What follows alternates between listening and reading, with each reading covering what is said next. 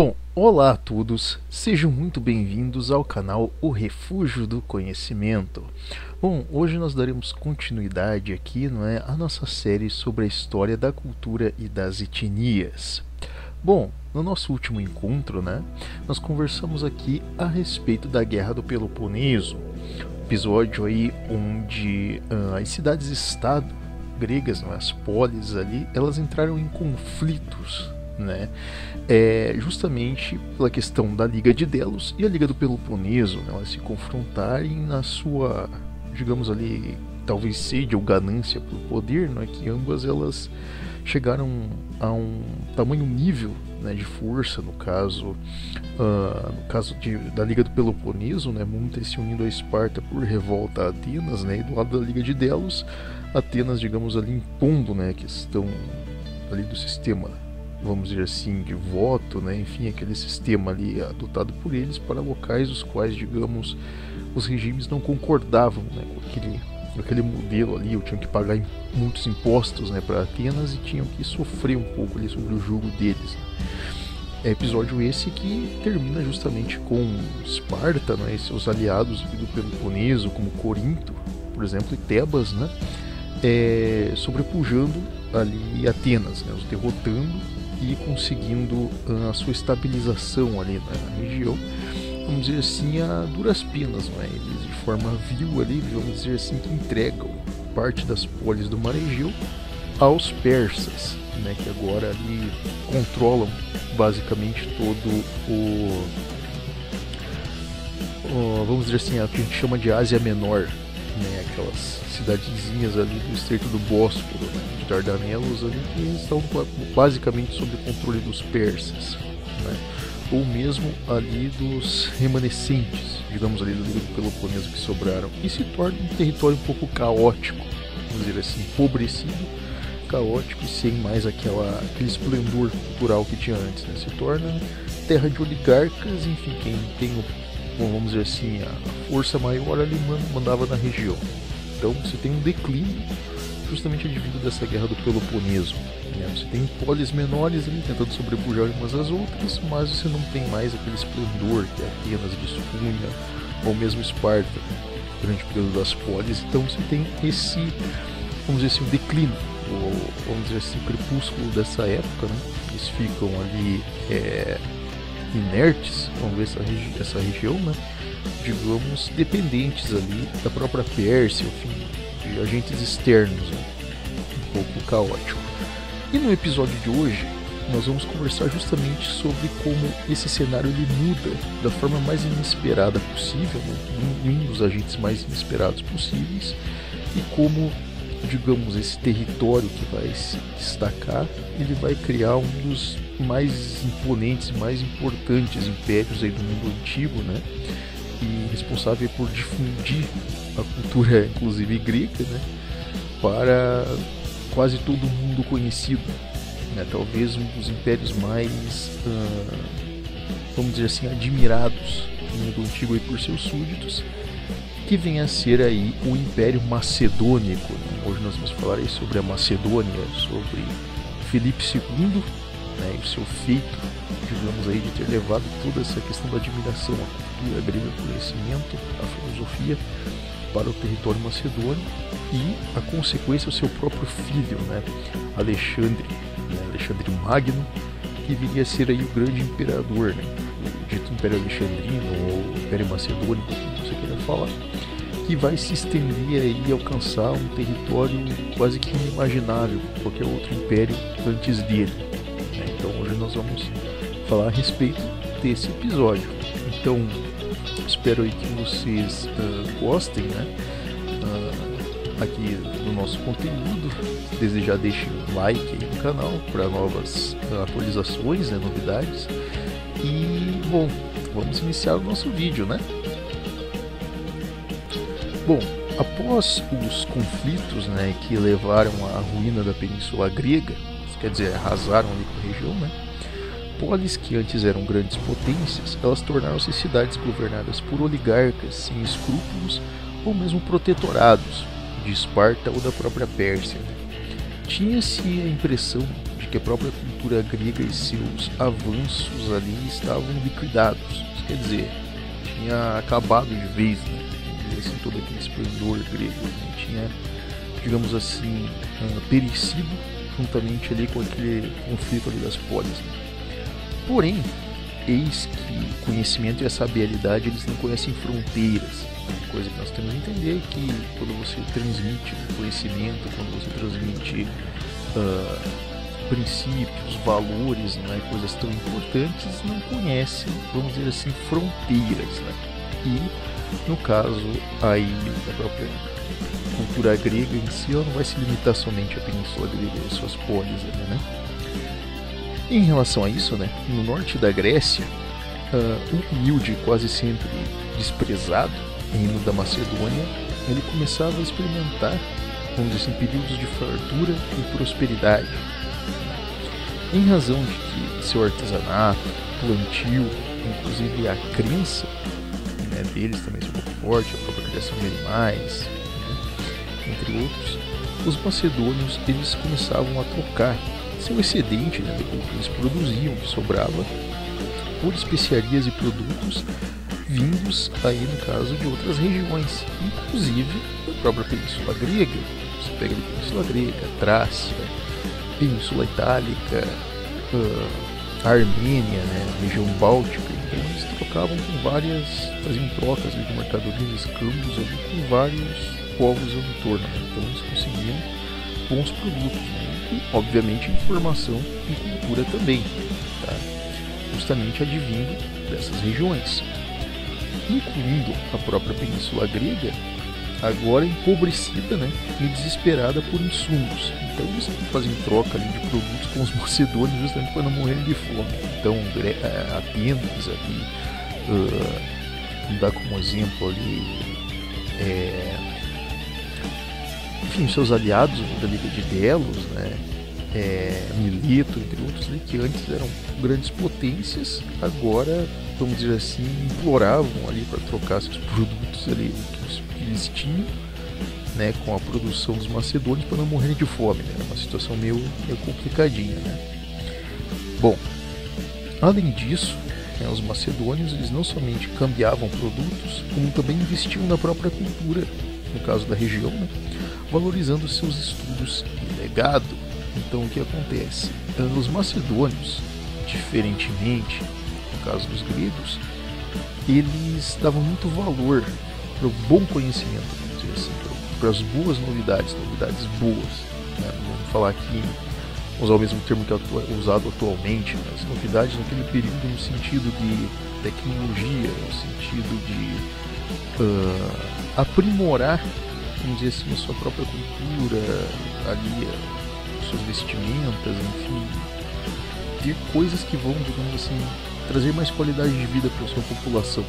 Vamos dizer assim, os macedônios eles investiam nisso. A sua crença continuava ali arraigada, semi-bárbaros, mas ao mesmo tempo ali extremamente civilizados em relação a buscar o conhecimento advindo ali das regiões ao seu entorno, né? Algo bem interessante. Os outros podiam chamar eles de caipiras, mas de caipiras e burros eles não tinham nada, muito pelo contrário, eram pessoas muito que buscavam realmente conhecimento, né? Enfim, e parte dessa empreitada, né, se devia ao incentivo por parte do próprio rei macedônico, né, Filipe II, né, um dos principais reis ali do período, né? Filho de Amintas e Eurídice, né, que também eram monarcas. Filipe ele fora feito prisioneiro de guerra enquanto jovem, tá, sendo levado para a polis de Tebas. Então ele, em uma dessas guerras, incursões ali para proteger aquele pequeno território da Macedônia, né, das polis ali caóticas, ele acabou sendo feito prisioneiro, né, levado para Tebas ali como uma espécie de escravo, né?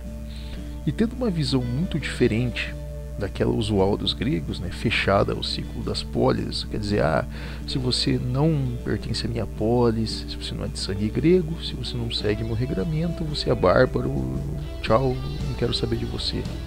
Enfim, Filipe não pensava dessa forma, os macedônios pensavam dessa forma.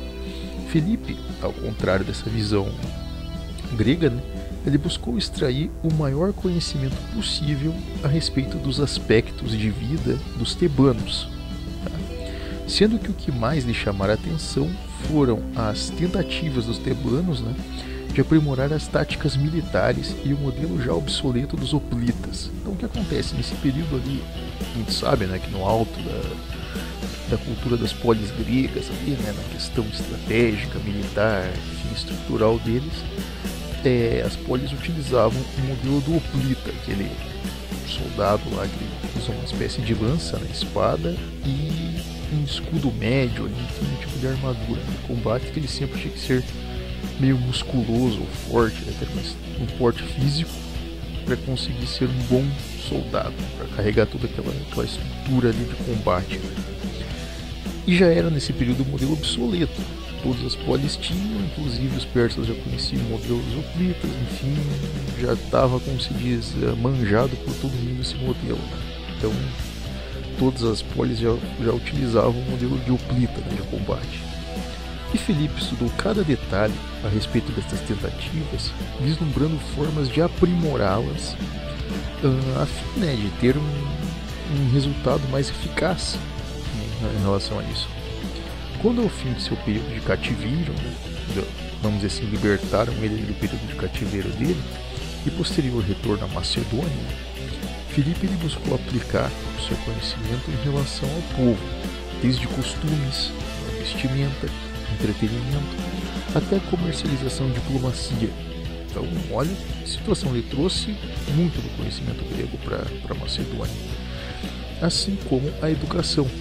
Então, o que acontece nesse período, vamos dizer assim, você já tinha a questão dos liceus, né, dos filósofos, você tinha já uma difusão da própria educação em si, e Filipe vai investir na questão da educação, que é muito importante, né, realmente. E aproveitando esses conhecimentos bélicos, né, obtidos, ele criou uma formação de guerra absolutamente eficaz e intimidadora. A dita falange, ela consistia de uma formação de batalha em formato de retângulo, formato retangular, na qual os combatentes das extremidades eles utilizavam-se de lanças de ferro pontiagudas com o dobro de comprimento das lanças comuns. E a formação ela funcionava como uma espécie de ouriço, né, o que perfurava seus inimigos e abria espaço para a infantaria infligir ataques mais eficazes e letais. Com um exército profundamente empenhado e aguerrido sob suas ordens, Filipe unificou no norte da Península Grega, anexando a Pelagônia, a Ócrida, o Lico, assim como a Dardânia. Então, toda aquela região norte da Grécia, vamos dizer assim, que a gente conhece como Península Grega, Filipe, ele, vamos dizer assim, centralizou, né? Conseguiu ali anexar toda aquela região sob o comando dele, utilizando-se desse método que a gente conhece como falange.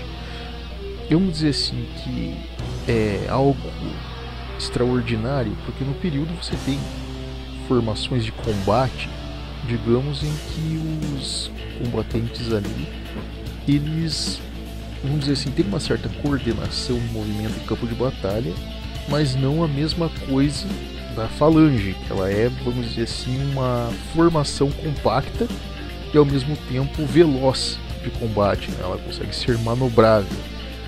Então é algo surpreendente. Você consegue proteger os componentes, né, dessa formação. Normalmente era um pelotão, uma companhia de, enfim, 20, 30 soldados, mais ou menos, em que as extremidades protegiam o interior com essas lanças. E quando eles abriam essa estrutura, né, da dita falange, a infantaria que estava internamente dentro da falange, ela partia para o ataque, depois retornava e a falange se fechava novamente naquela estrutura de ouriço. Então ela era, e realmente funcionava, entre aspas, né, como uma blindagem, é algo que, digamos, era muito difícil de ser rompido pelo inimigo, né? Então algo realmente surpreendente. E essa ferramenta, né, ela vai ser sabiamente utilizada aí por Filipe II, né, posteriormente. Outro detalhe aí também muito interessante, né, a respeito de Filipe II era justamente essa questão relacionada ao tratamento com os agentes externos, né? Por não ter essa visão, digamos, interna, essa visão, vamos dizer assim, purista ou elitista em relação à sua população em si, né, de laço de sangue, enfim. Ele tinha um pensamento diferente na questão justamente de tratamento humano.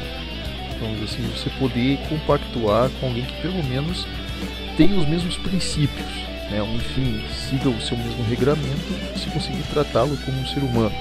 E o Filipe II ele vai levar isso muito em conta, né? E obviamente que ele vai, vamos dizer, empreender aí as suas ofensivas justamente colocando em foco essa questão de poder levar conhecimento, levar benesses para aquelas pessoas que, digamos, eram anexadas pelos macedônios. Então ele não é o tipo de agente que ele vai entrar em combate, que ele vai expandir a região dele buscando pilhar, matar, enfim, tocar o terror, vamos falar do popular, né?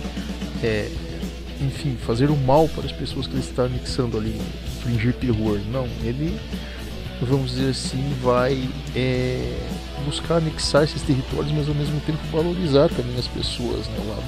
O lado humano, né? Ele vai também convencer as pessoas desses territórios a justamente serem seus súditos, né? Obviamente, como nós falamos, né? Diferente da forma com que os gregos enxergavam os povos vizinhos, Filipe, ao anexar um território, ele tornava automaticamente os habitantes locais como súditos macedônicos, com direitos iguais aos dos macedônicos de nascença. Olha que coisa interessante, né? Nenhum outro reino tinha feito isso antes, né?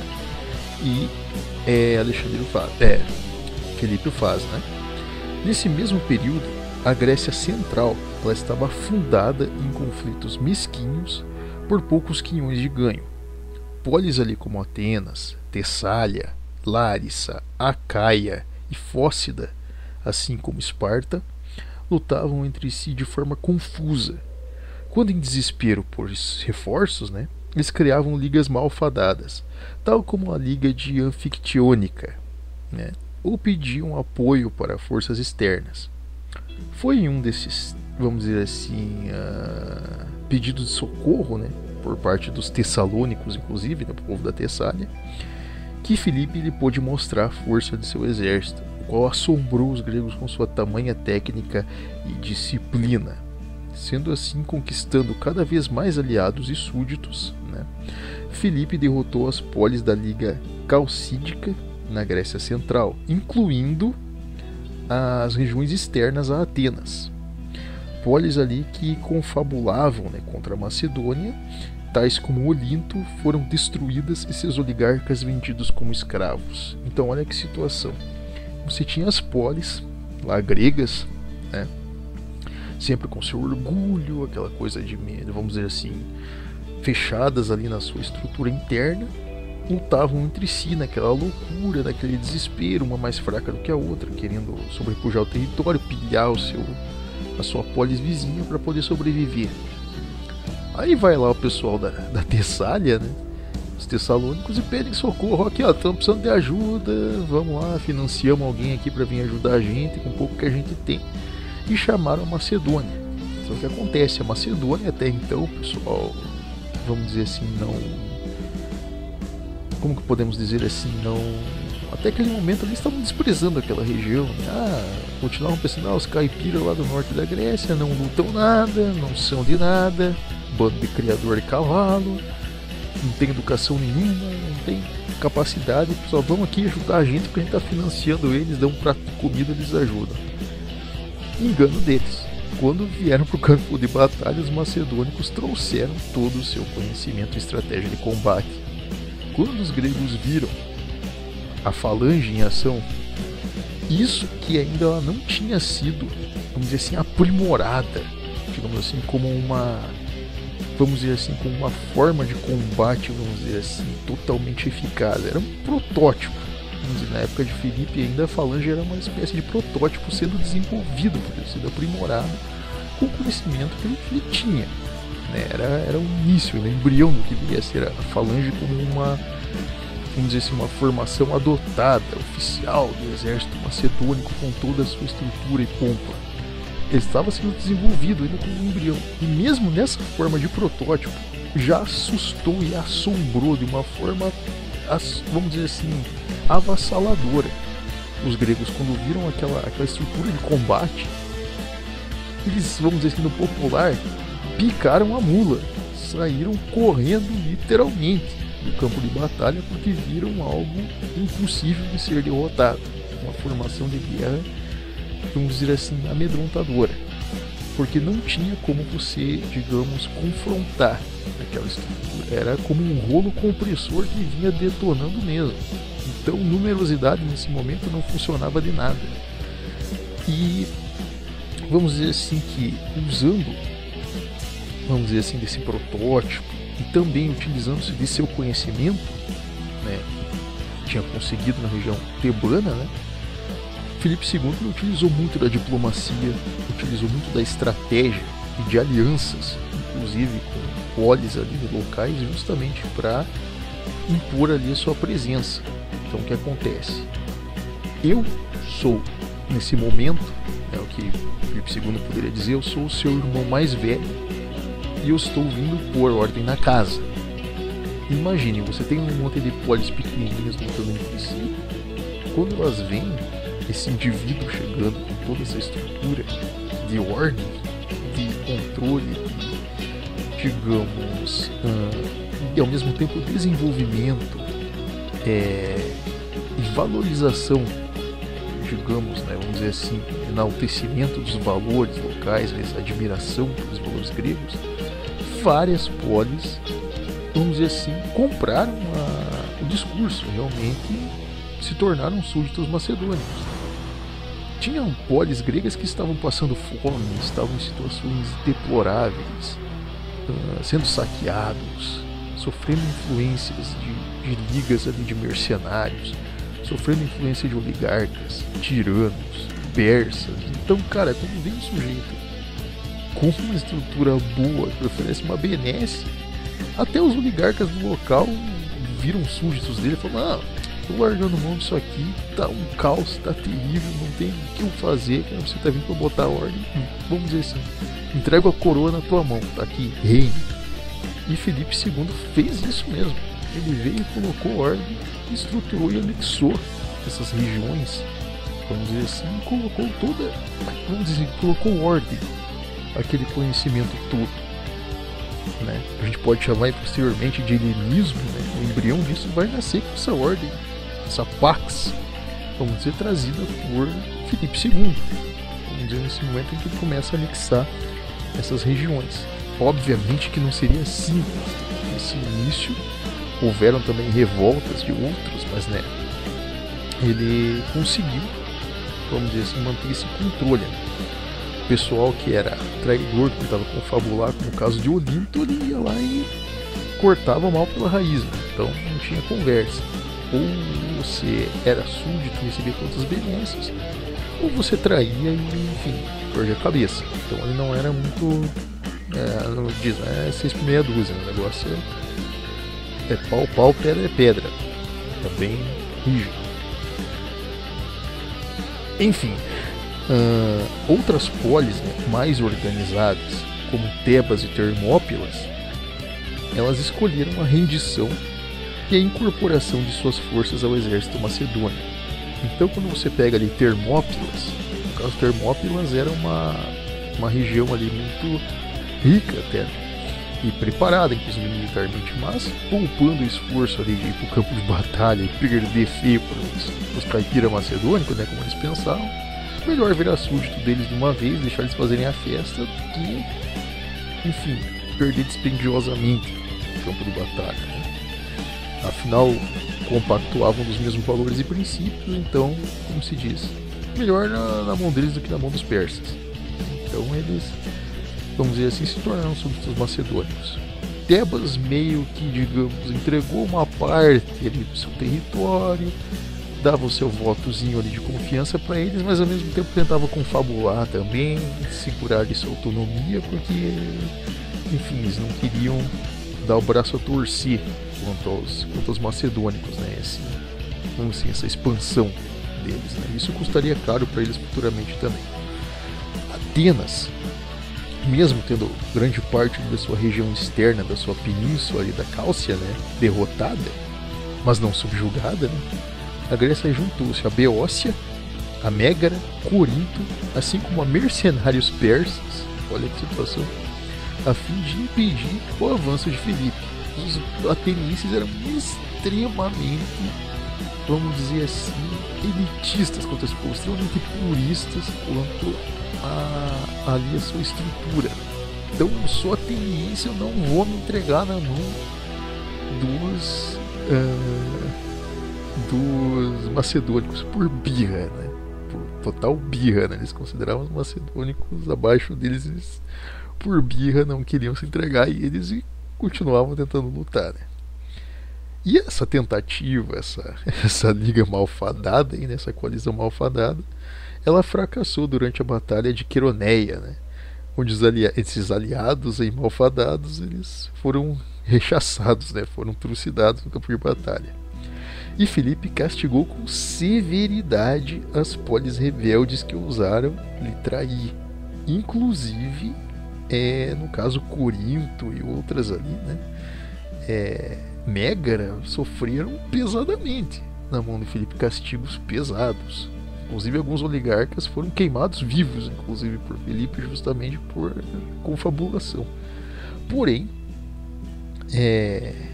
enfim, em razão da sua admiração pela cultura ateniense, né, pelo modelo ateniense, por toda a questão filosófica e a carga cultural daquela região, Filipe poupou a polis e seus habitantes. Então, enfim, aqueles que não participaram da batalha, as pessoas, os residentes de Atenas foram poupados. A cidade foi poupada, enfim, e ele simplesmente anexou seu território. São súditos macedônicos, tinham todo o respeito por Atenas, embora Atenas fosse uma das principais confabuladoras, né? Coisa que é até engraçado. Enfim, por sua benevolência, né, e valor aos regionalismos, Filipe ele unificou a península grega sob o comando do reino macedônio, criando uma espécie de comunidade grega. A gente pode utilizar esse termo, uma comunidade grega, uma coalizão única da península grega, uma espécie de já proto-império, né, sob o comando ali de Filipe, né. Enfim, e tendo criado, né, essa verdadeira aliança étnica, Filipe ele pôs seu exército em direção às ilhas do Mar Egeu e à região de Dardanelos, as quais eram colônias do Império Persa, inclusive, né. Ali ele conseguiu importantes vitórias contra os sátrapas locais, assim como contra mercenários persas. Então a Pérsia, a gente já vai abordar um pouquinho aqui a respeito dela. Nesse período, vamos dizer assim que, diferentemente do que os macedônicos estavam desenvolvendo na região da Península Grega, essa união, essa cola étnica, né, que fortalece ali todos e cria um único corpo étnico, né, um único reino, um único império. A Pérsia, diferentemente, os seus imperadores, né, os Aquemênidas, eles começam a se fechar, digamos assim, nas suas cidades imponentes, né, Passárgada e Persépolis. Porque, vamos dizer assim, que mesmo eles sendo descentralizados, o império nessa descentralização perdurou por séculos, o que acontece? Vamos dizer que eles garantiam, né, essa independência, entre aspas, digamos, de suas regiões, com vamos dizer assim, com a premissa de que pagassem para eles impostos, né? Então o que acontecia? Vocês me pagam o pedágio que vocês têm aqui comigo e vocês governem como queiram as suas regiões, porém eu não vou investir um centavo.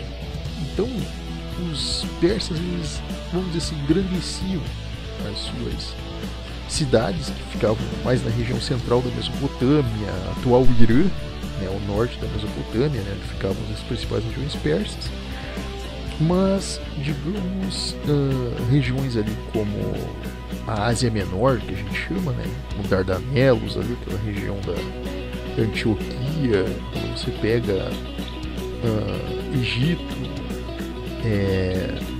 norte da Índia, atual Paquistão, aquelas estepes ali daquela região do atual Paquistão, Afeganistão, enfim, a própria Judéia em si, os territórios bálticos, os persas não tinham nenhum tipo de consideração na questão de vamos trazer um pouco da nossa cultura, do nosso esplendor para eles. Não, tipo, virem-se, se estão na pobreza, continuem na pobreza, enfim, não quero meu imposto, garanto a proteção do território, como se eles não fossem fazer isso, né? Mas como se fosse uma espécie de máfia, eles cobram imposto para proteger aquela região. Então funcionava dessa forma. Diferentemente dos macedônicos, que quando anexavam o território, levavam cultura, conhecimento e desenvolvimento. Então, era jogo estar do lado dos macedônicos nessa altura. E ali naquela região, vamos dizer assim, onde eles se situaram ali, questão do mar Egeu, enfim, recuperando aquelas colônias, o povo não pensou duas vezes. Então, era muito melhor lutar com os macedônicos contra os persas do que estar do lado dos mercenários persas e continuar na pobreza. Eles não iam dar um centavo para eles mesmos. Iam só ficar cobrando imposto ali, ferrando com a vida deles. Então, ficaram realmente do lado dos macedônicos e se tornaram súditos deles. Então, Filipe ia conquistando territórios e influenciando esses povos. Então, vamos dizer, questão de vestimenta, alimentação, vamos dizer, educação, arte, entretenimento, nenhuma polis, vamos dizer assim, grega, que compreendesse a própria península, Mar Egeu, Ásia Menor, poderia reclamar de Filipe II, mas pelo contrário. Alguns se revoltavam mesmo por ego, como o caso de Atenas, como fez, como Corinto, como a própria Tebas em si fez também, pagou caro também com isso. Elas se revoltavam contra os macedônicos mais por ego, né, da sua polis, dessa, entre aspas, vamos dizer assim, autonomia, do que pelo que os macedônicos ofereciam. Não era uma revolta por fome ou por falta de cuidados, mais por ego mesmo. Mas os macedônicos cuidavam muito bem dos seus, vamos dizer assim, conquistados, né? Algo que era um diferencial, né? Enfim, o sonho de uma superpotência helênica era demasiadamente difícil, né? O sonho de você ter esse território unificado, enfim, né? E possíveis financiamentos de coalizões antimacedônicas não cooperavam para um sucesso de Filipe. Mesmo ele fazendo todo esse desenvolvimento, trazendo toda essas benesses, ainda assim ele era muito mal visto, justamente pela questão desse ego, né? Sendo assim, durante o famigerado festival de Aiga, né, que era uma espécie de festa de fertilidade, né, e, enfim, uniões conjugais, eles faziam muitas uniões conjugais, né, nesses festivais. Nesse festival de Aiga, Felipe ele fora assassinado por um de seus guarda-costas, né, Pausanias, né, em uma vil conspiração. Então Pausanias e outros eles se juntaram, né, numa conspiração, ali foram pagos por essas coalizões antimacedônicas para assassinar Felipe II. Eles conseguiram, né, deram fim ao rei Felipe II, foi assassinado. E entre os presentes nesse fatídico episódio, né, estava o próprio filho de Filipe, né? O filho, vamos dizer assim, da sempre fiel e dedicada Olímpia, Alexandre, ele havia tido uma infância e juventude excepcional, tá? Despertando talentos e dons para a cavalaria e a diplomacia desde tenra idade, ele foi enviado aos cuidados do grande filósofo Aristóteles, como um de seus principais pupilos, tá? No liceu aí do grande filósofo, né, o jovem apaixonou-se pelo conhecimento, pelas artes, assim como pela própria filosofia e política.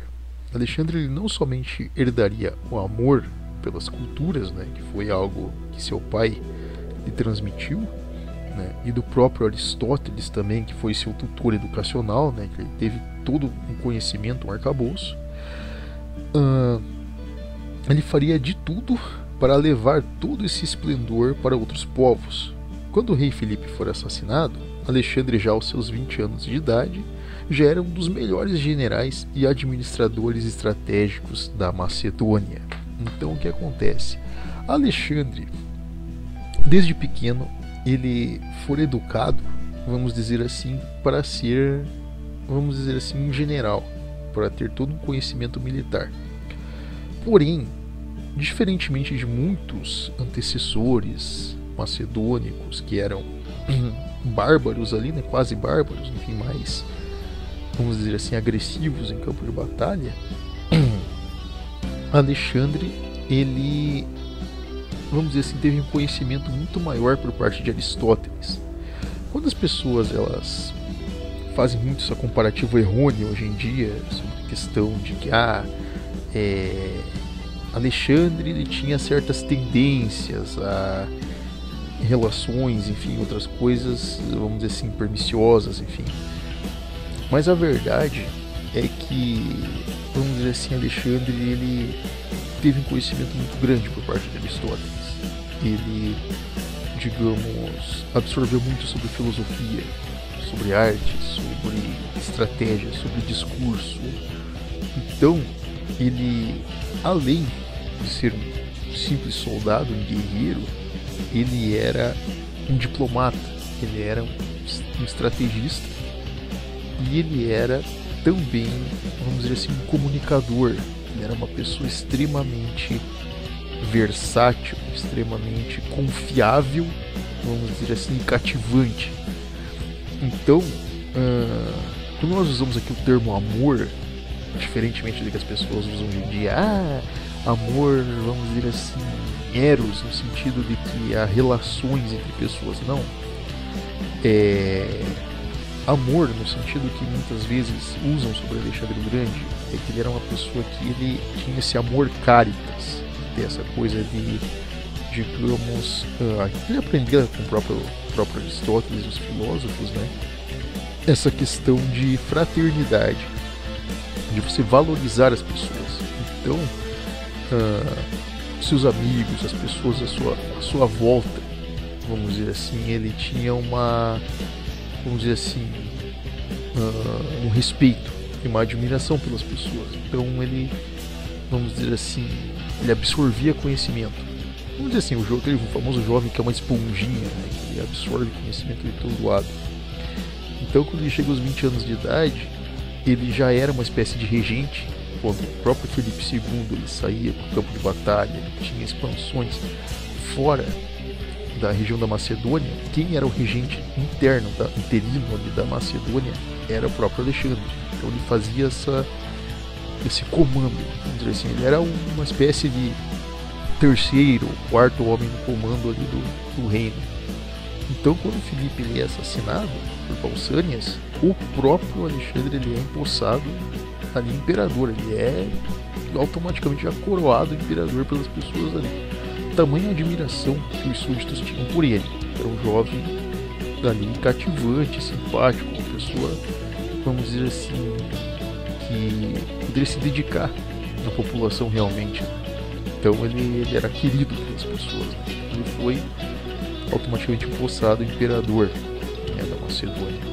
E veremos aí que ele não vai simplesmente abraçar, né, o ímpeto do pai dele, mas ele vai, vamos dizer assim, maximizar tudo que Filipe II fez. Ele vai maximizar em uma escala absurda, né?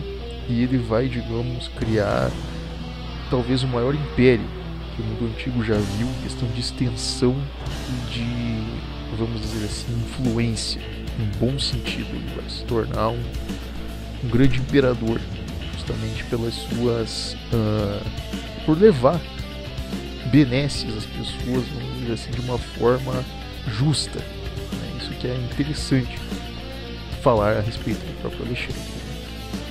Bom, e nesse ímpeto, né, Alexandre ele não, digamos assim, se limitava à questão de imaginar como um purista grego, de querer, digamos, simplesmente unificar aquela região ali da Grécia e dizer, vamos dizer assim, que o resto do mundo, digamos assim, não deveria conhecer, vamos dizer assim, a própria cultura grega, o próprio desenvolvimento, o próprio conhecimento, né, toda aquela, vamos dizer assim, toda aquela conjuntura, né, que fazia parte da cultura grega.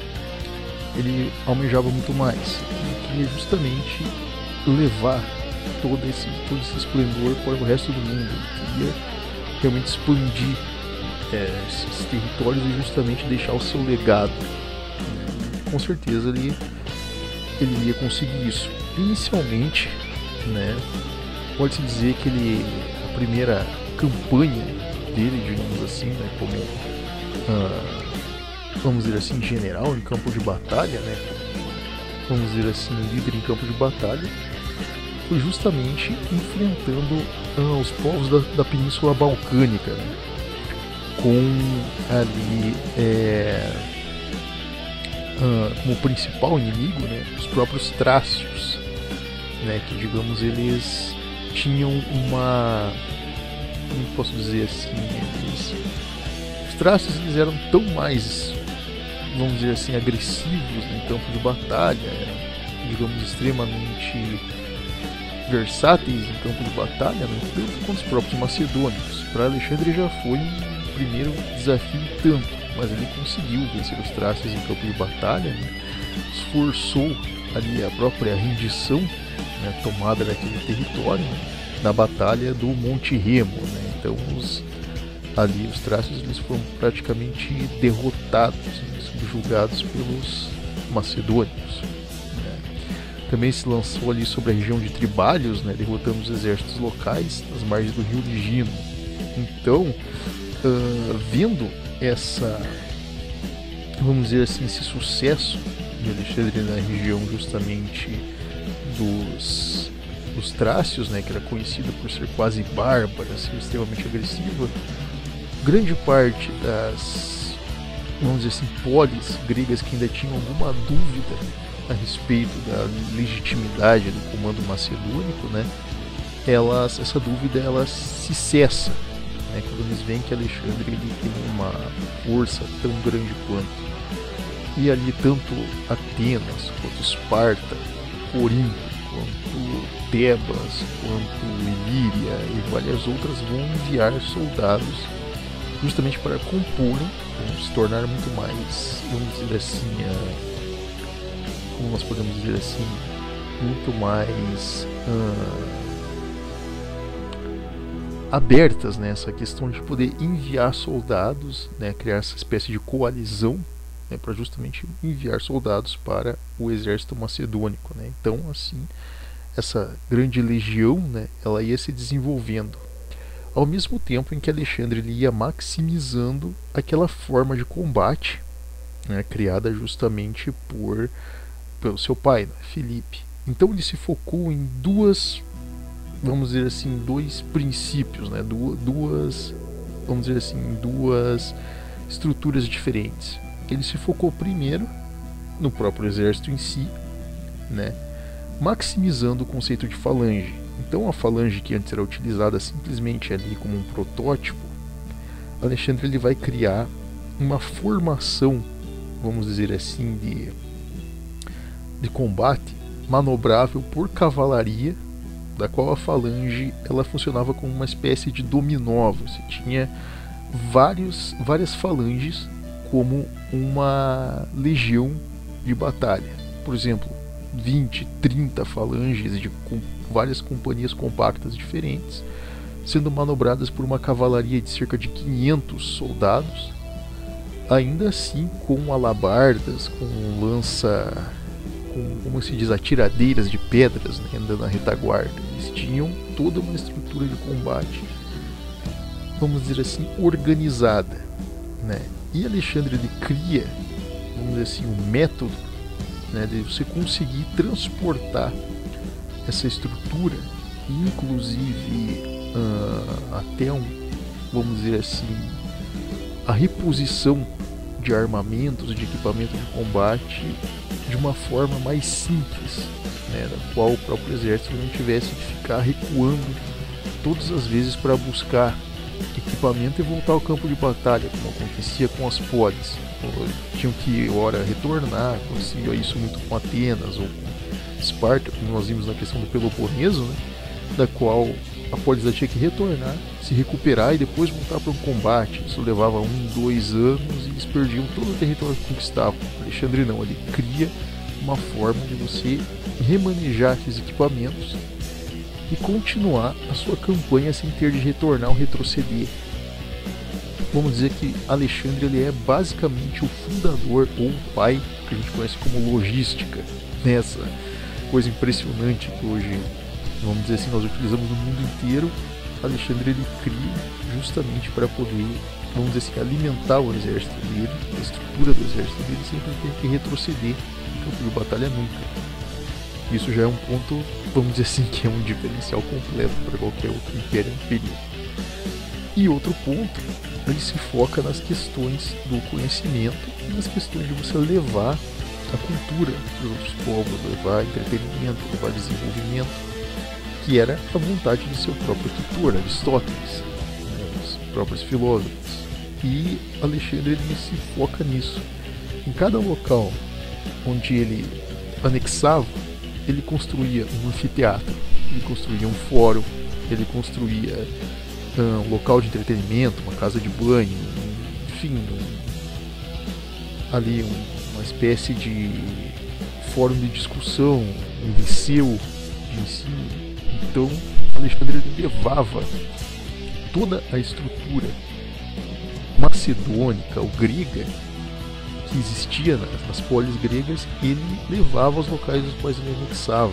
Então isso é um diferencial tremendo, porque o povo anexado ele dificilmente se revoltava, vamos dizer assim, buscava revolta, vamos dizer assim, me revoltar contra os macedônicos, os derrotar porque eles estão me maltratando. Não, muito pelo contrário, eles amavam tanto aquilo que os macedônicos traziam, eles sentiam uma qualidade de vida muito melhor. Então eles falavam, cara, eu tô feliz aqui com eles.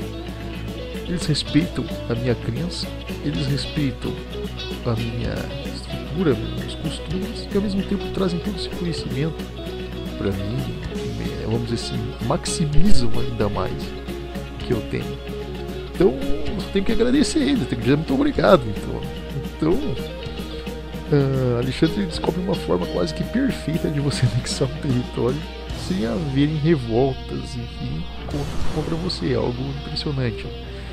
E ele consegue esse feito de uma forma magistral, né? E, obviamente, que ele não vai parar por aí, né? O grande objetivo de Alexandre, vamos dizer assim, era justamente expandir toda essa influência grega para a própria Ásia, né? Território aí que pertencia aos persas, né? Antigos rivais dos gregos que, digamos, estavam não nesse momento quietinhos na deles, mas pelo contrário, né? Eles estavam vendo essa expansão grega, mas que nessa época já não eram mais nem, vamos dizer assim, um pingo do que foram no período de Ciro o Grande, ou mesmo de Dario, período de Xerxes, enfim. Ali a Pérsia já estava em seu quase crepúsculo, vamos dizer assim, em questão de organização, com o imperador extremamente fraco e malquisto pela população, que era Dario III, né? Que era uma figura, vamos dizer assim, muito mal compreendida pela população, um indivíduo que não tinha um bom diálogo com as pessoas, né? Que estava recluso, fechado em sua vida ali, né? Ali em seus luxos, né? Quase não compreendia os regionalismos do seu próprio império. Então ele, nesse momento, ele estava em total desvantagem, extremamente fraco em relação ao crescimento de Alexandre. Isso já começa a se comprovar, né, nas primeiras incursões dos macedônicos quanto à Ásia Menor, né?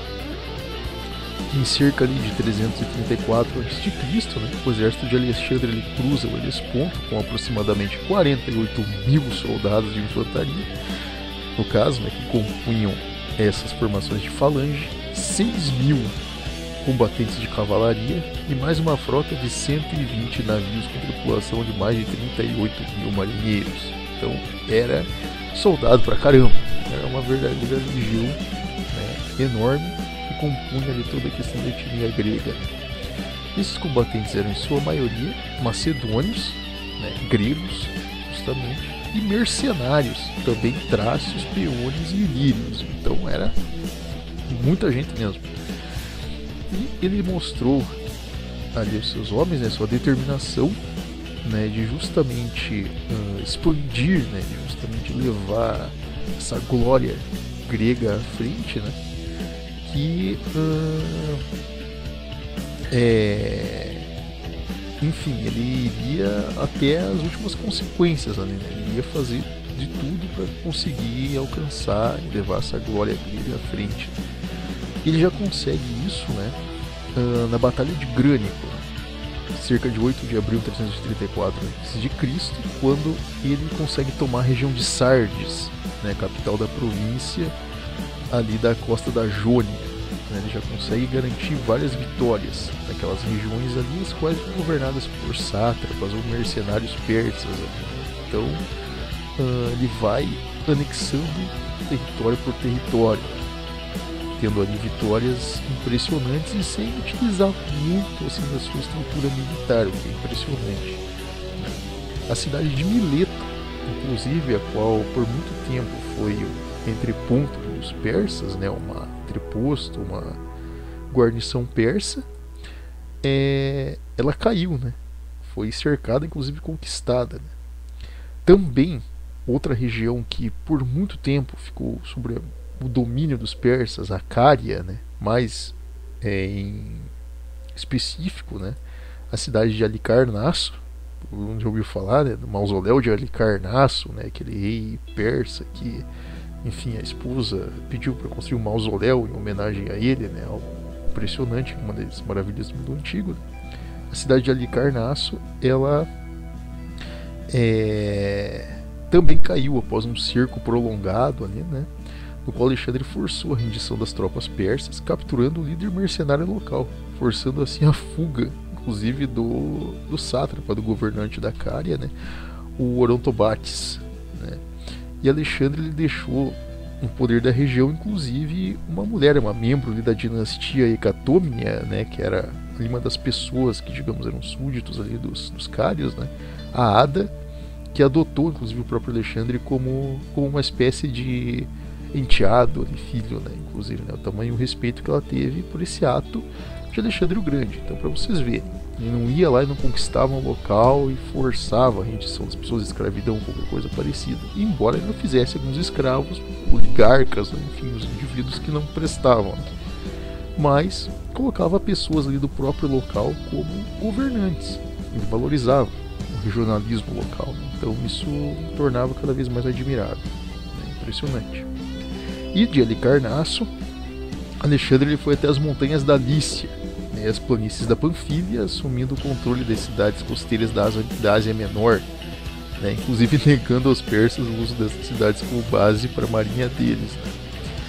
Então ele vai tomando cada uma dessas cidades, né, como Ternesso, Pisídia, Górdio, né, que era uma das cidades ali, porta-chave, né, de entrada ali para o Império Persa. Então toda aquela região da Ásia Menor, aquelas cidadezinhas do litoral do Mar Mediterrâneo, né, costa leste do Mar Mediterrâneo, Alexandre basicamente dominou toda essa região, né, e conseguiu estabilizar.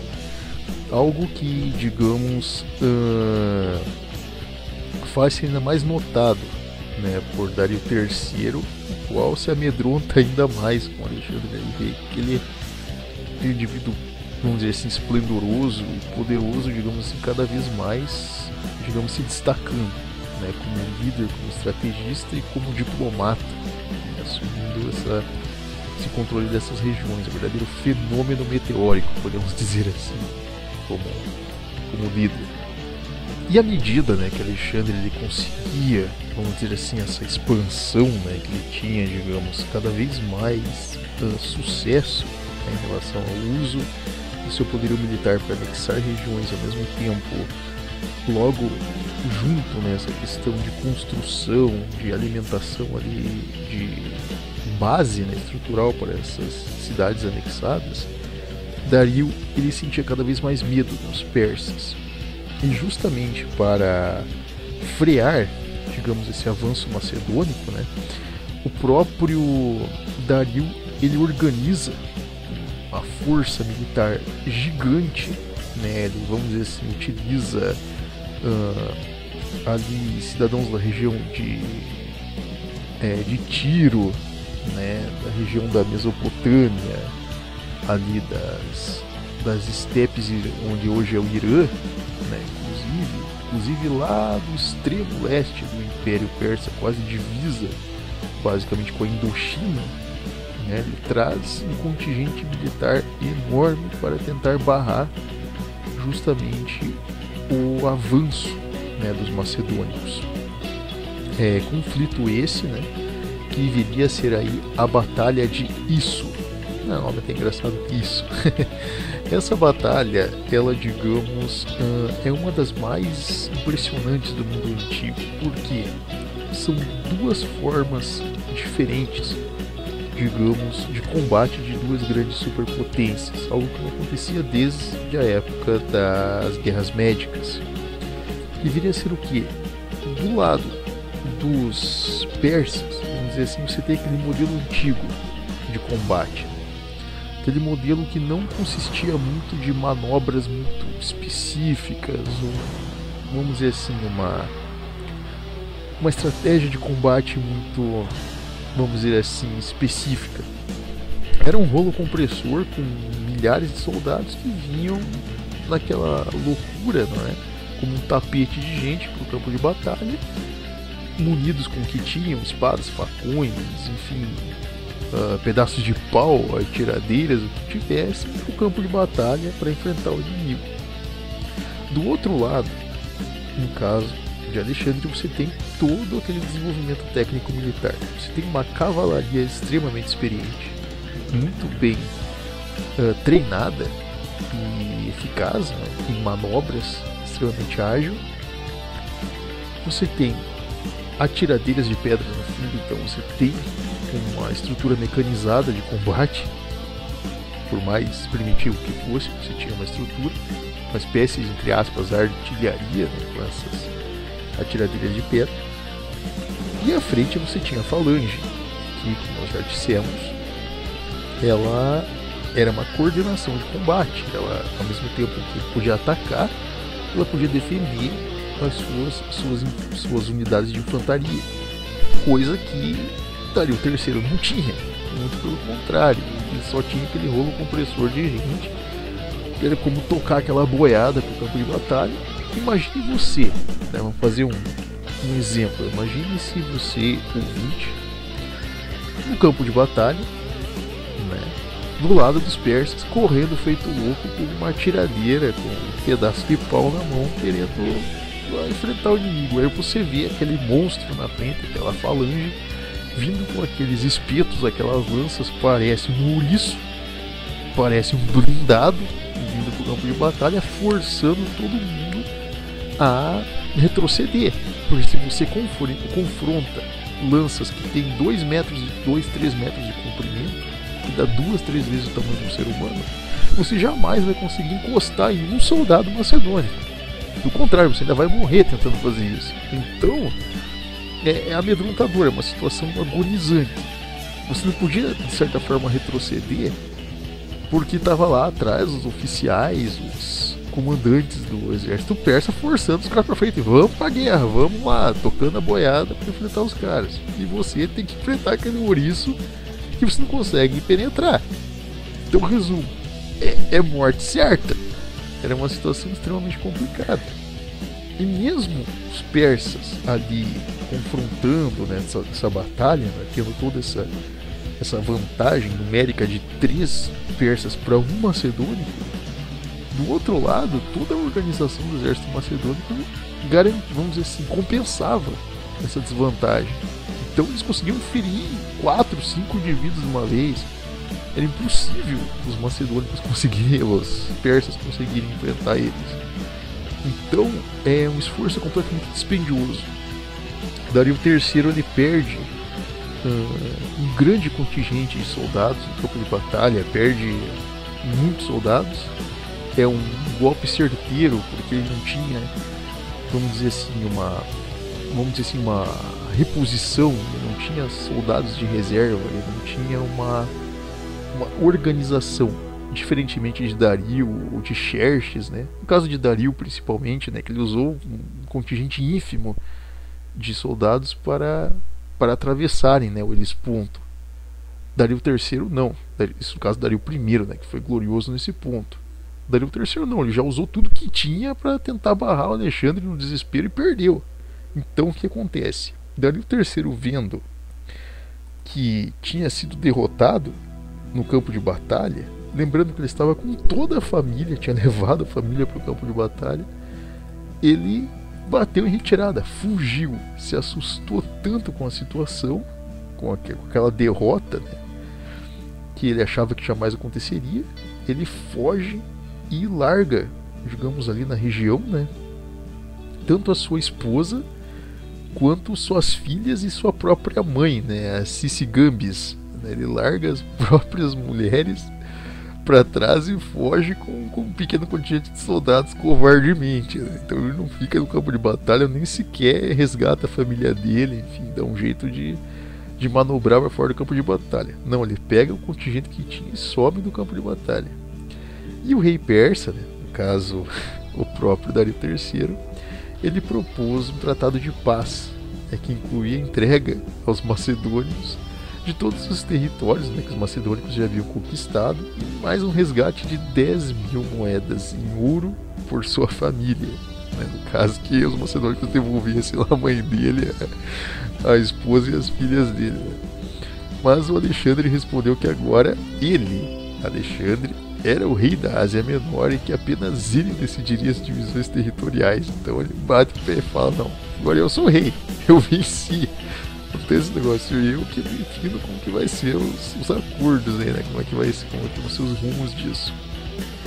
E obviamente que Alexandre não parou por aí, levando ainda mais para frente toda a questão macedônica, esse desenvolvimento, né? Essa parte de cultura, né?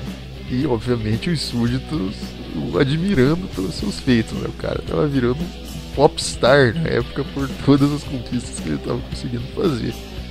Impressionante. E ele prosseguiu, né, para conquistar a Síria, né, de hoje a região da Síria, e a costa da região do Levante também. No ano seguinte, precisamente em 332 a.C., ele cercou a cidade de Tiro, atualmente na região do Líbano, né, que eram extremamente, vamos dizer assim, que eram aliados fervorosos dos persas, né, e ali, após um prolongado e difícil sítio, né, a cidade era muito bem fortificada, né, depois de um sítio muito, vamos dizer assim, penoso, né, Alexandre ele forçou a submissão da região, cortou a alimentação, começou a tocar o terror com eles, não teve muito dó, digamos, dos habitantes de Tiro, né, que tentaram ali, digamos, confrontar os macedônicos das formas mais pesadas possíveis, né. E, obviamente que ele não mostrou piedade com a cidade, matando os homens em idade militar e vendendo as mulheres e crianças como escravos. Então Tiro sofreu uma fúria tremenda por parte de Alexandre nesse ponto, pela questão de que eles, diferente de outras regiões, né, que tinham submetido aos gregos, eles, digamos assim, eles confrontaram e eles quiseram ter baixas, né? Então Alexandre não pôde ter piedade deles de forma nenhuma. Em relação a essa parte da Ásia Menor, Alexandre o Grande ele sai das contas vitorioso e consegue afastar Dario III, e ele quebra, digamos assim, o elo de controle que os persas eles tinham sobre o seu próprio império em si. Então o que acontece? Aquela estabilidade, vamos dizer assim, aquela pax que os persas tinham em seu território continental, né, de você, digamos, o imperador ele ser reconhecido em todas as regiões, isso se acaba. Como já estava sendo difícil para o imperador estar sendo bem quisto pela população, agora com a derrota dele do seu efetivo militar, aí que os sátrapas não queriam saber mesmo. Aí os governantes locais estavam nem aí. Eles pensavam, cara, o imperador perdeu, tá com a moral lá embaixo, já era, vou cuidar da minha terra aqui. Se o Alexandre vir pra cima de mim, é mais preferível estar do lado dele do que estar do lado dos persas. Então o pensamento era basicamente esse nessa altura. Você vê como uma derrota, uma batalha mal feita, uma desordem, digamos assim, a quebra da moral, do valor daquele indivíduo, da honradez daquele indivíduo, já é o suficiente para destruir com toda a reputação dele, todo o legado que a família dele havia construído. Então isso é evidente, né, no caso dos Aquemênidas nesse episódio, né?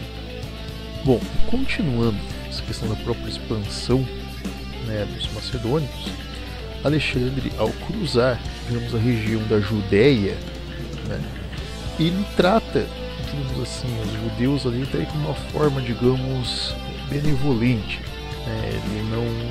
Ele poupa a região, ele não cria ataques, até porque os próprios judeus eles não ofereceram nenhuma, vamos dizer assim, uma resistência, eles não quiseram confrontar os macedônicos, né? Foi até, vamos dizer assim, estrategicamente correto o que eles fizeram nesse momento, né? Foi um acerto estratégico, né? Eles não, uma boa sacada estratégica, eles não confrontaram os macedônicos, né? Não confrontaram Alexandre. E, enfim, mas também não observaram muito bem, né? Eles não tinham vamos dizer assim, não tinham um apreço muito grande pelos macedônicos. Nesse período você tem ali, vamos dizer assim, uma reestruturação de uma espécie de monarquia judaica, de alguns reis judeus ali, né, e tal, mas eles não, como eu posso dizer assim,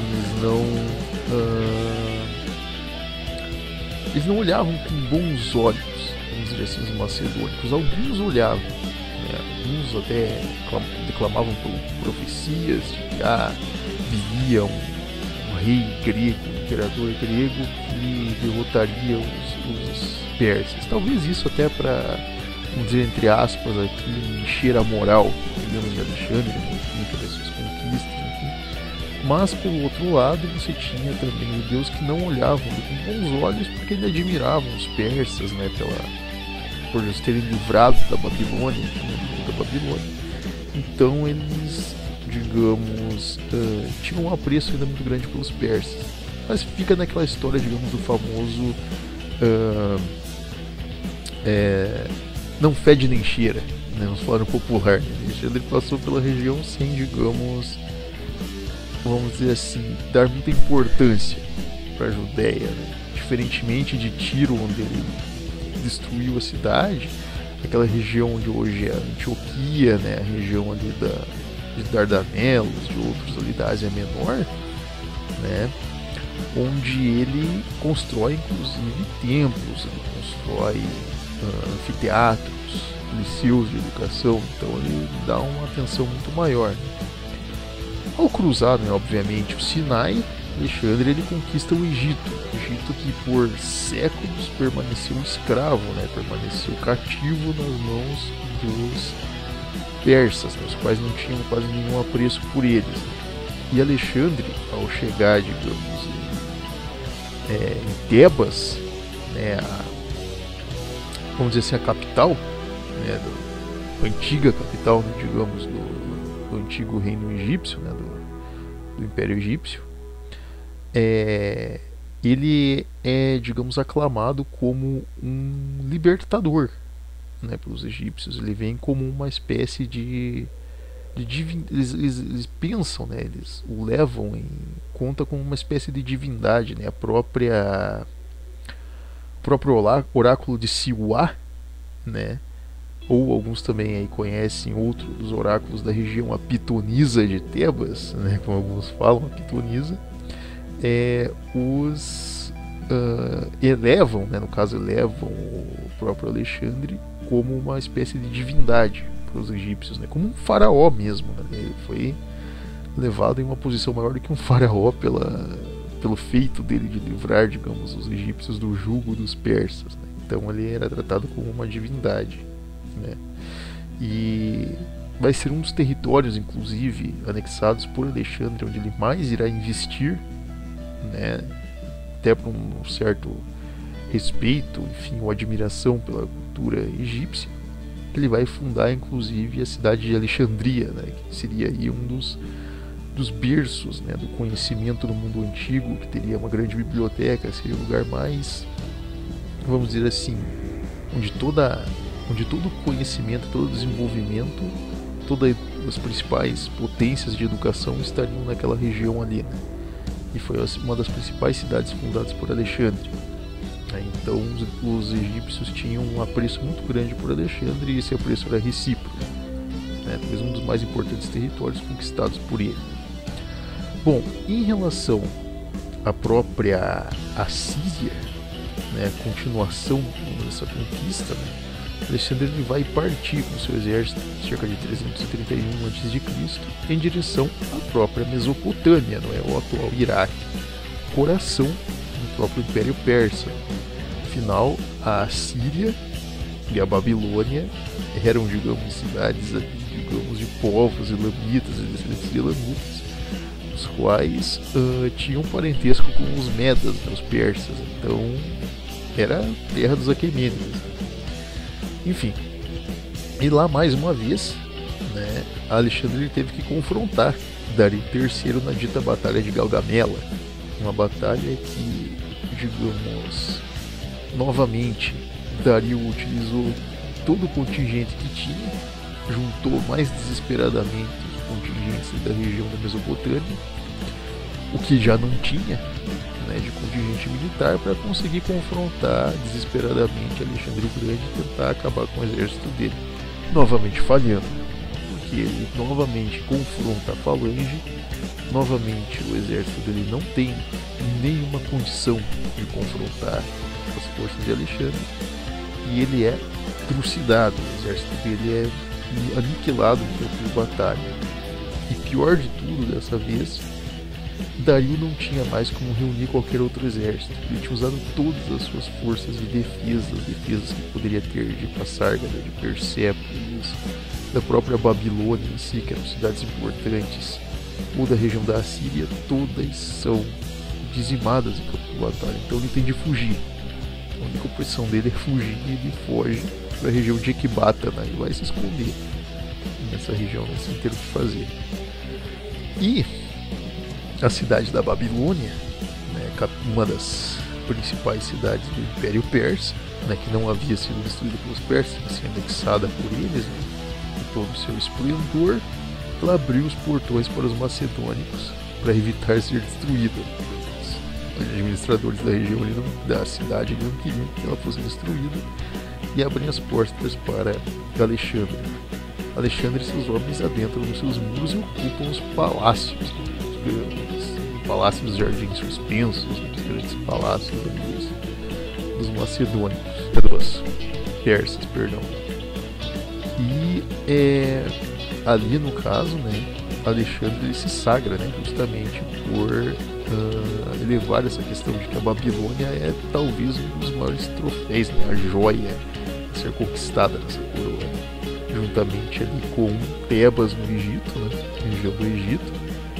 A Babilônia era tão cobiçada quanto, né, e Alexandre consegue essa vitória estrondosa, e obviamente que essa vitória ela sela o destino, digamos, do Império Persa, que estava com os dias contados, já não tendo nenhuma defesa ou capacidade de manter sua unidade, sua integridade.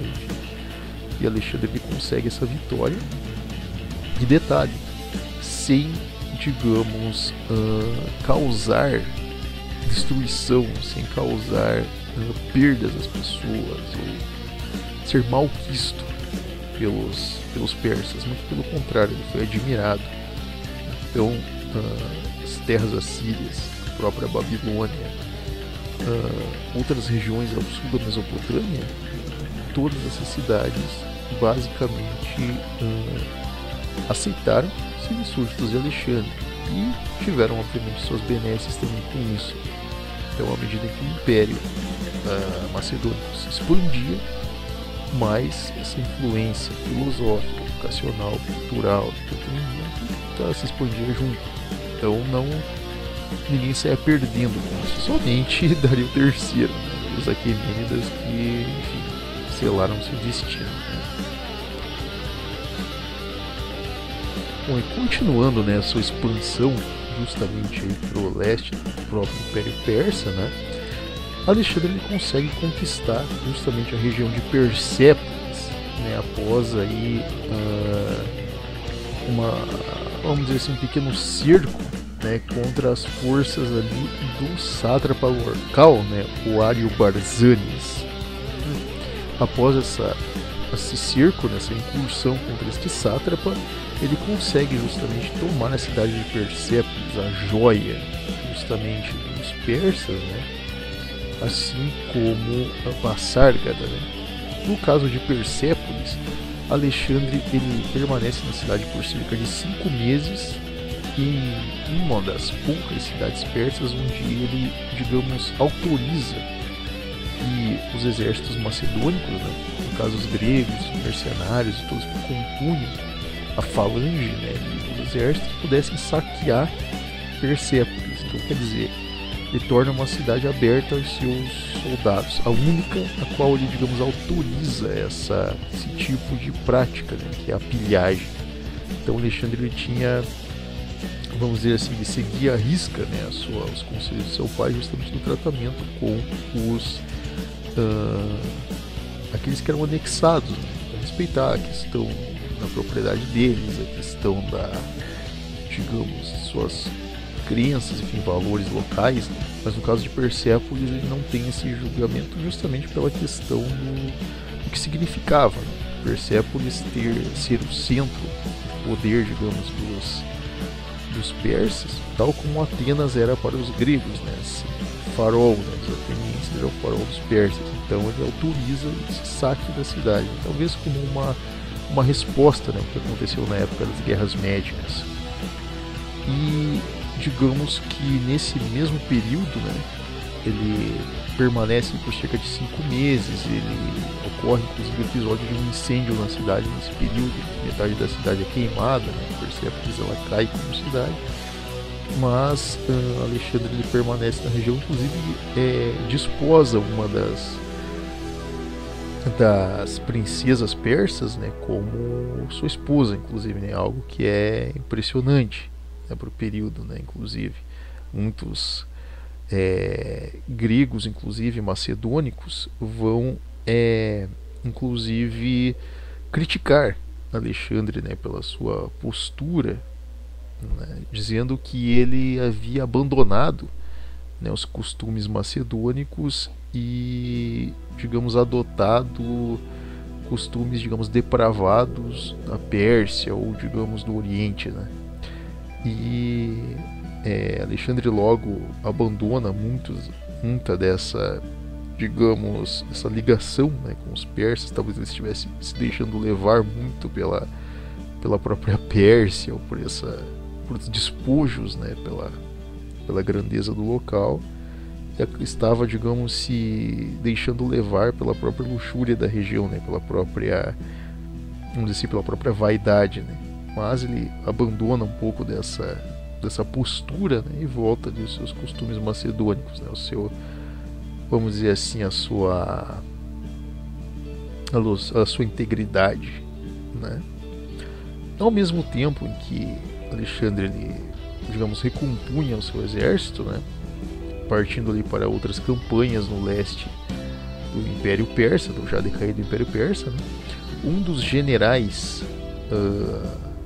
ali no caso dos sátrapas generais, né, o Besso, ele captura, né, o que era sátrapa da Báctria, que era bem no leste do Império Persa, né? Ele captura o próprio Dario III, né? E ele prometeu a Alexandre que entregaria Dario III a ele próprio, né, para que ambos definissem o destino da Pérsia em uma batalha homem a homem. Alexandre queria esse heroísmo, né, de ser o verdadeiro conquistador da Ásia por ter justamente findado, né, ou eliminado com o próprio herdeiro, né, desse império aquemênida. Mas eis que Besso ele trai, né, a palavra dele e executa o Dario III, se proclamando, né, uma espécie de novo imperador aquemênida, né, algo que não poderia ser, um usurpador de trono, e foge da região, né, largando o corpo do Dario III aos abutres, né. E Alexandre ele acha aquilo extremamente horroroso, né, pavoroso, algo, digamos, assim, sem uma honra, né, algo desonrado, porque para Alexandre somente um rei poderia tirar a vida de outro rei, somente um imperador poderia tirar a vida do outro, né, em uma batalha justa. E ele, digamos, presta as honras a Dario, inclusive o enterra, né, presta as honras a ele, como vamos dizer assim, as honras que o Aquemênida mereceria, né, o imperador Aquemênida. E ele jura, né, capturar o Besso e dar um fim nele, e é o que ele faz. Então ele empreende uma verdadeira campanha, né, atrás desse general do Besso por todo o leste do decaído Império Aquemênida, né, já inexistente, agora basicamente território macedônico, né. Então ele caça ele por toda a região de hoje se compreende ali o Afeganistão e o Paquistão, fundando regiões ali como Kandahar, inclusive Alexandria Escate, onde hoje está o Tajiquistão. Inclusive ele confronta os próprios Medas, né, na região da Pártia, Ária, a Drangânia, a Aracócia, né, também como a Bactria e a Escítia. Então ele consegue tomar todas as regiões dessa conquista, até os próprios subordinados do Besso não aguentarem mais aquela perseguição, pegarem o indivíduo e executarem ele com as próprias mãos, né, entregarem para Alexandre, como quem diz: você venceu, você veio até aqui, não quero mais saber, esse cara vai ferrar com todos nós enquanto você está conquistando todas as cidades. Melhor abrir caminho. Então, desse jeito, Alexandre, digamos, ele conquista basicamente toda a região do Oriente Médio de ponta a ponta. A essas alturas, vamos dizer que basicamente o Império Macedônico já era o maior império, digamos, em extensão já conhecido até então. Nem mesmo os persas haviam conseguido tamanho território, né, influência, enfim. Basicamente todos os seus subordinados e conquistados haviam se rendido a Alexandre e haviam, digamos, se tornado seus súditos. Então,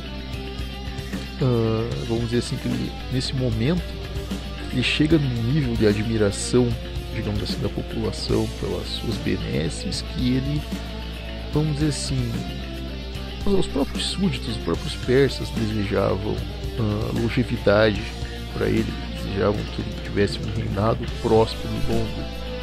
Os egípcios, os próprios judeus, os povos da Ásia Menor, enfim, Báltico, qualquer uma dessas regiões, inclusive do extremo leste do Império Persa, eles desejavam bem de Alexandre, justamente por suas conquistas. Ele era um líder, digamos assim, carismático, nós temos diplomático, não destruía ou atacava, digamos, se aliava a ele, pelo contrário, dava benesses, enfim, ajudava a desposar mulheres gregas, inclusive, ele não tinha nenhum problema quanto a isso. Obviamente, ele, vamos dizer assim, ele tinha mais, vamos dizer assim, problemas com os próprios gregos, digamos assim, problemas internos, querelas internas, por algumas vezes parecer não seguir os costumes gregos, do que com os próprios bárbaros, entre aspas, anexados, os quais, digamos assim, o admiravam, que é impressionante. E ele começa justamente a levar todo esse padrão, né, ocidental para essa região. Ele é admirado, é algo realmente impressionante. Mas no caso vamos dizer, à frente, né, ele vai ter problemas justamente no que a gente diz que é a campanha da região da Índia, né, quando ele chegar ao norte da Índia, que ele vai justamente encontrar o seu limite, o limiar, o limite da sua expansão, né, já nessa altura sendo talvez um dos maiores heróis do mundo antigo. Em relação, né, à expansão do próprio Alexandre o Grande e seu exército, já esse exército, digamos, gigantesco, nessa legião quase que, vamos dizer assim, indestrutível, né? Alexandre ele marchou aí, digamos, adentro da própria península indiana, né? Deixando ali a sua esposa Roxana e outros ali integrantes, né, das satrapias ali, no caso da aristocracia persa para trás, né? Ele ingressou na região e, digamos, teve vários conflitos. Inicialmente ele convidou os próprios chefes tribais da antiga satrapia de Gandhara, né? Gandhara, que é um dos territórios talvez mais impressionantes, hoje tido como o norte do Paquistão, né? Para vir até ele se submeter à sua autoridade, né? Justamente eles oferecendo ali espólios, presentes, inclusive o próprio desenvolvimento, né, territorial, esses benefícios para a população. Onfis, o governante de Tashila, né, cujo reino ia do rio Indo até o rio de Jhelum, concordou, né, inclusive forneceu homens, soldados, inclusive para compor o exército macedônico, assim como a parte de engenharia e construção, enfim, de estruturas macedônicas na região, né. Mas alguns chefes das tribos das montanhas, incluindo os aspásios e os assassinos, na região do norte da Índia, eles se recusaram. Então os indianos eles bateram o pé, vamos dizer assim, não quiseram ceder seus territórios, né? Mas por questão também pela parte da crença indiana, enfim, pelos seus costumes, eles não concordaram. E há de se destacar, né, que a Índia, diferentemente dos vales do Oriente Médio, né, que são campo aberto, o norte da Índia era composto pelo menos de florestas, territórios lamacentos, pântanos. Então muda completamente a conjuntura de território, né, que é algo bem interessante. Na região norte da Índia, né, que houve aí mais essa resistência, digamos, conflitos mais sangrentos, os quais o exército de Alexandre testemunhou e que foram cruciais aí para a limitação do próprio território dele, né?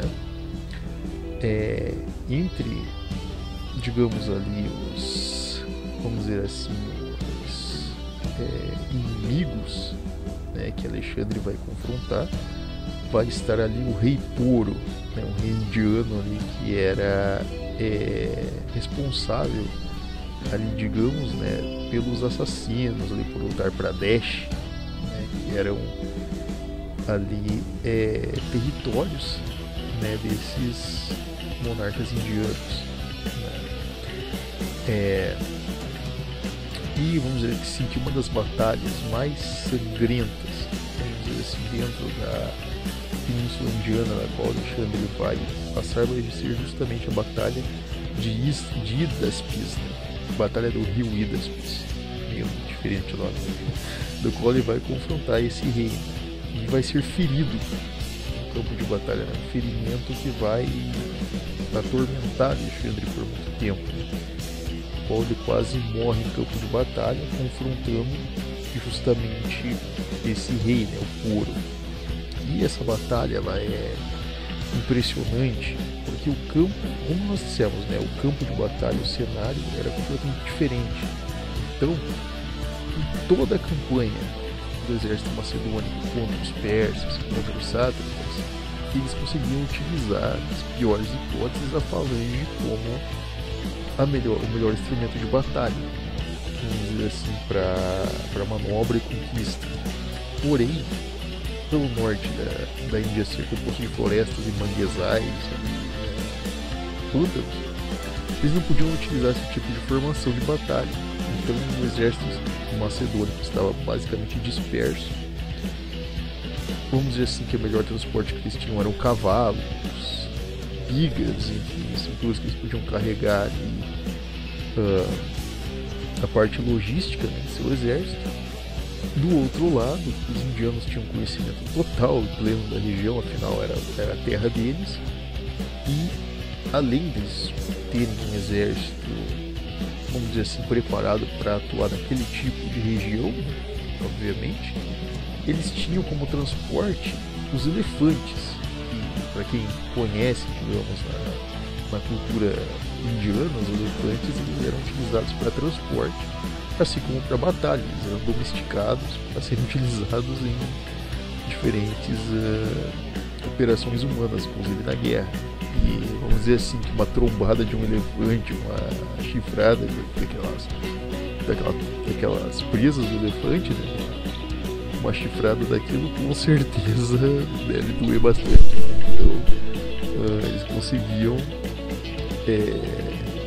vamos dizer assim, ter uma máquina de guerra imensa, né? E vamos dizer assim que os macedônicos, eles conseguem vencer os indianos, né? Porém de uma forma assim, digamos, extremamente penosa, né? E Alexandre ele admira tanto esse exército, esses indianos, que concede a esse rei não só a clemência, né, para não derrotá-lo, como também garante que ele seja um governante da região. Ele dá títulos, inclusive, ele diz: não, eu admiro você, é impressionante como combatente em campo de batalha, você merece todas as glórias, né? E com esse território, vamos dizer, né, as mãos dele, com Gandhara praticamente sob controle, nenhum outro reino, digamos, indiano, ele se curva, digamos assim, se revoltaria contra Alexandre, ficaria contra ele. Vamos dizer assim que a essa altura o território macedônico ele se expandia desde o norte da Península Grega até a Península do Himalaia, até a Cordilheira do Himalaia e a metade do território indiano. Porém, quando ele chega, digamos, às margens do rio Ganges, o que ocorre? Vamos dizer que as tropas macedônicas chegam em uma altura em que elas se revoltam. Há um motim, digamos, das tropas macedônicas, não por, digamos, maldade, por poder, por quererem, enfim, algum tipo de espólio de guerra, mas eles queriam retornar para casa. Chegando no encontro dos seus generais, dos seus comandantes, eles já há anos, quase uma década, basicamente, não viam os seus familiares. Então era, digamos, algo extremamente penoso você ficar ali naquela campanha, naquela logística eterna, naquela expansão, sem poder voltar para casa. E após essa revolta, eis que o próprio imperador, né, Alexandre o Grande, ele resolve retornar.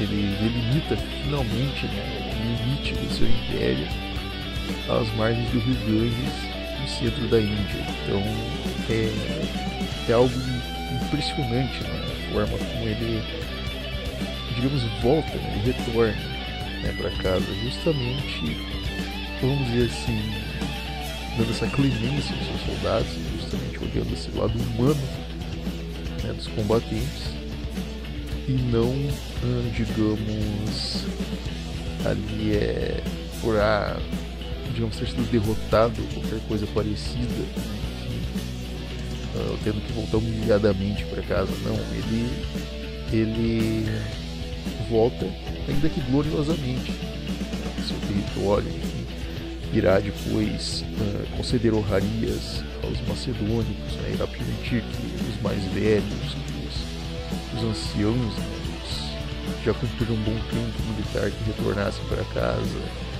Vai garantir que muitos dos seus oficiais tenham casamentos com mulheres persas, enfim. Então ele vai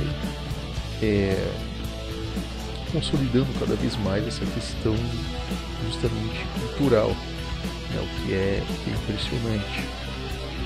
E muitos dizem, né, inclusive historiadores do período, né, lá na época da Grécia, de que se Alexandre tivesse continuado a sua expansão, né, não tivesse tido tantos contratempos ou mesmo ali ferimentos em batalha, e essa questão do próprio exército querer retornar, né, depois de certa altura, com certeza ele teria conquistado toda a península grega, ou toda a península indiana, perdão, inclusive atravessado a própria península do Himalaia e talvez conquistado toda a Indochina, o sul da China, com certeza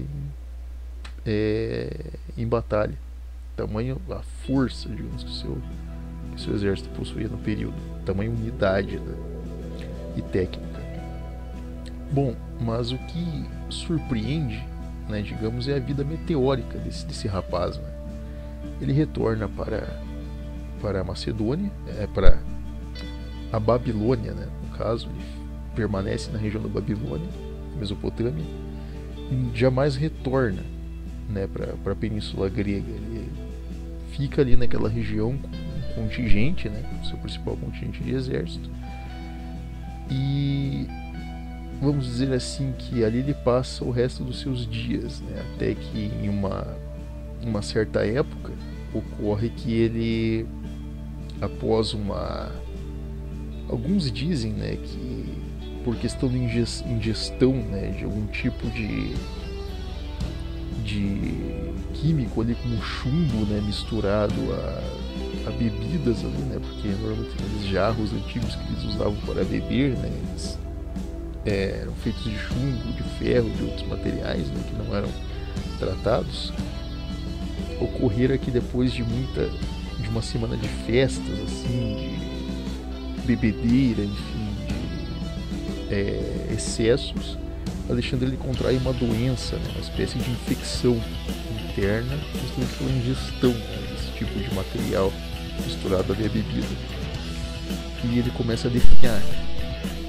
É algo impressionante. Em poucos dias ele adoece, né, contrai uma espécie de febre, uma infecção terrível interna, e ele adoece, né, em estado de agonia por 3-4 dias seguidos, até ele vir a morrer, né? E o mais impressionante é que ele não tinha 32 anos de idade, ele era um homem, digamos assim, um jovem adulto, pode dizer, 32 anos de idade. E em cerca de 12 anos ele fez o que, uma década e 2 anos, né, ele conseguiu fazer o que impérios não conseguiram fazer em séculos. Os egípcios não conseguiram fazer em séculos. Os aquemênidas levaram décadas e décadas para conseguir estabilizar. Alexandre fez em 12 anos, algo impressionante. E com certeza, se ele continuasse vivo no período como imperador, ele com certeza teria conquistado vários outros territórios e levado essa cultura de desenvolvimento grego, vamos dizer, essa civilização ocidental, né, esses costumes ocidentais, para basicamente toda a Ásia, provavelmente. Dizem, né, que ele tinha planos, inclusive, de conquistar a Europa Ocidental, né, que na época era tão pouco explorado, né, no máximo ali a Península Itália. E ele é ali, digamos, enterrado com todas as honrarias.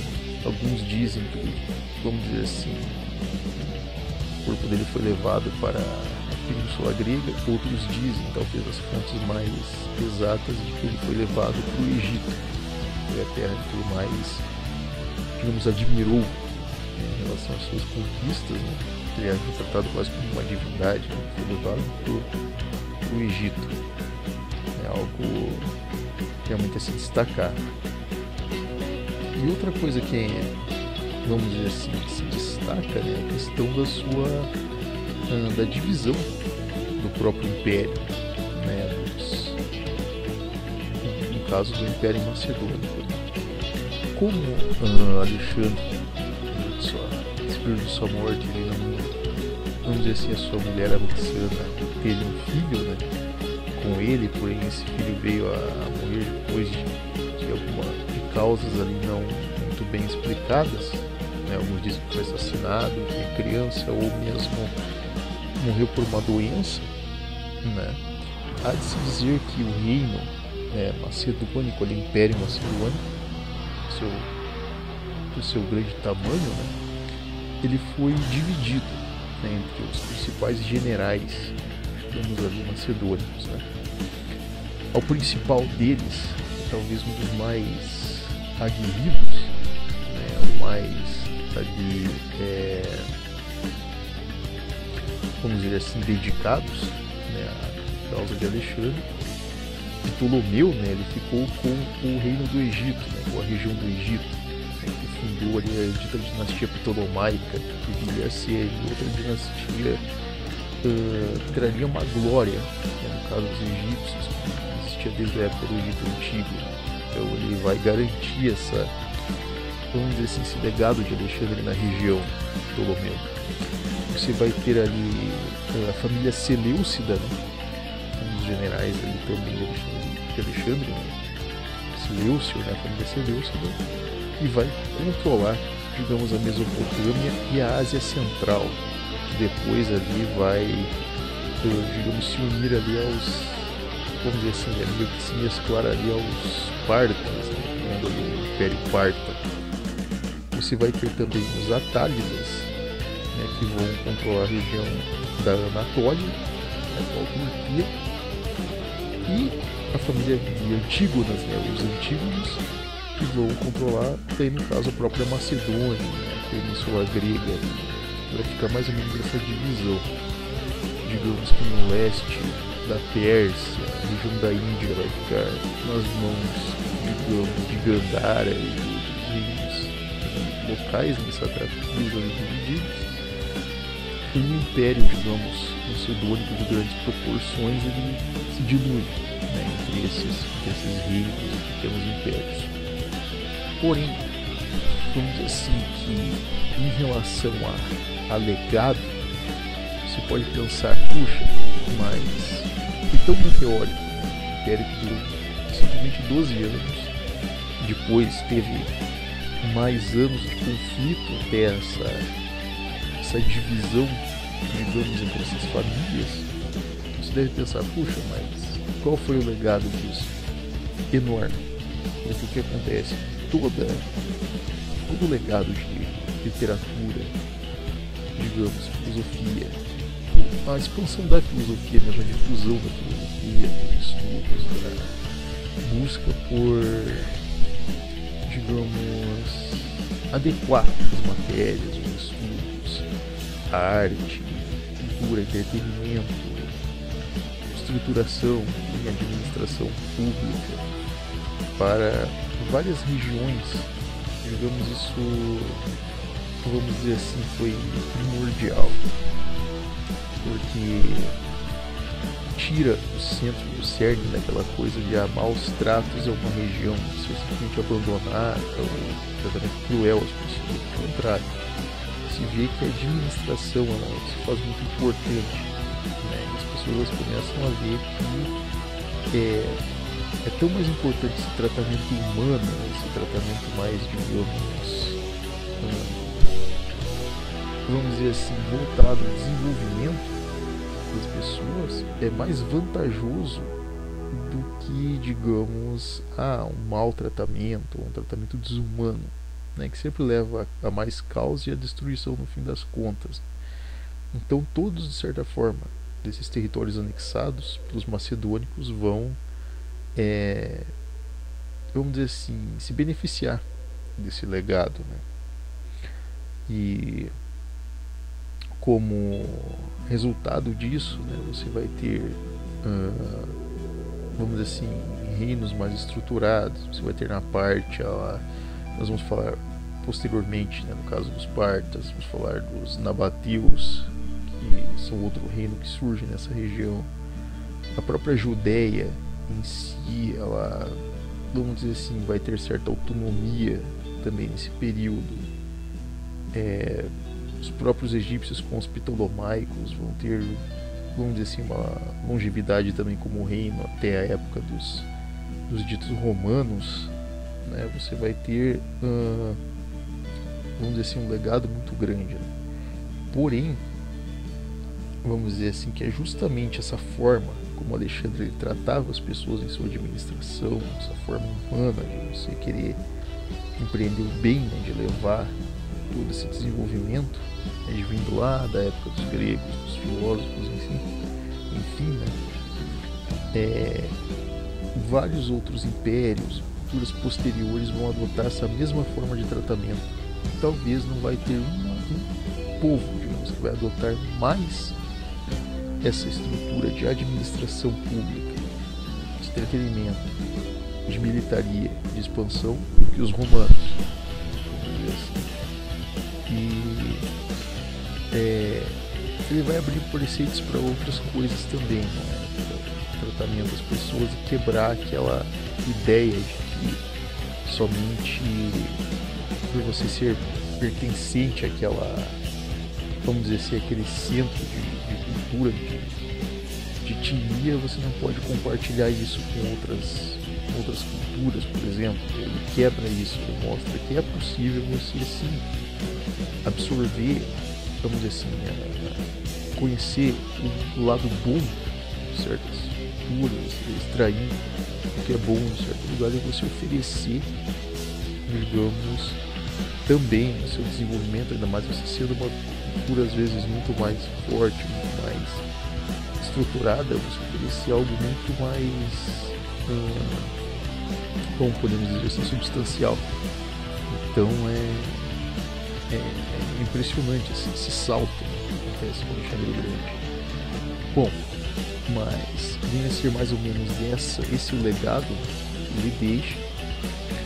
E nós continuaremos, obviamente, a falar aqui a respeito do legado de Alexandre nos próximos episódios, né? Até chegarmos aí a outros grandes reinos, né? No caso dos etruscos, que nós também falaremos aqui posteriormente. Ainda não decidimos aqui qual vai ser a próximo reino, o próximo império a ser discutido, né? A ser conversado aqui, mas provavelmente serão os etruscos ou mesmo os nabateus, né? Falaremos sobre eles aí nos nossos próximos episódios, né? Mas desde já eu agradeço a atenção aqui, pessoal, espero que tenham gostado do vídeo, né? Sugiro que pesquisem mais aí a respeito da história de Alexandre o Grande, né? É enorme, é um acervo enorme, né, de informações que podem ser encontradas sobre ele, né? É um episódio impressionante e adotou um precedente para o desenvolvimento da civilização ocidental. Mas desde já agradeço a atenção de todos, deixem um like e acompanhem as nossas novidades e nos vemos no nosso próximo encontro, né? Desde já, muito obrigado.